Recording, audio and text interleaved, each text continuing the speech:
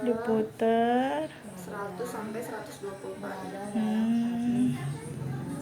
Itu untuk Batuk pilek apa-apa? Batuk pilek.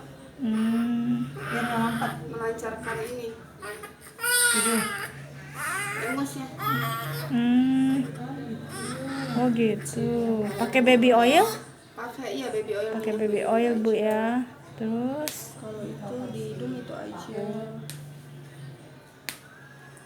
Kalau pijitin ntar merah nggak deh kalau bener pijit. Sesering mungkin sih Bu, nggak apa-apa. Kalau lagi pilek kayak gini. Ininya yang gini. Tapi dalam satu kali pijat itu 100 kali sampai 120. Nah, kalau ini untuk melegakan pernafasannya dia kan, kalau ngogrok kan nyesek ya. Di bawah ini puting.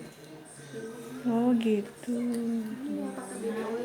Baby oil sama frekuensinya? Sama 100 sampai 120.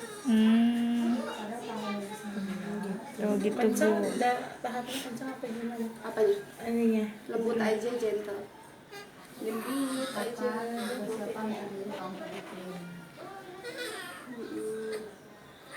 Gitu, sama belakangnya.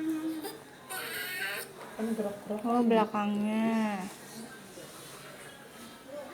Posisinya Oh boleh ditengkurekin. Boleh. oh gitu.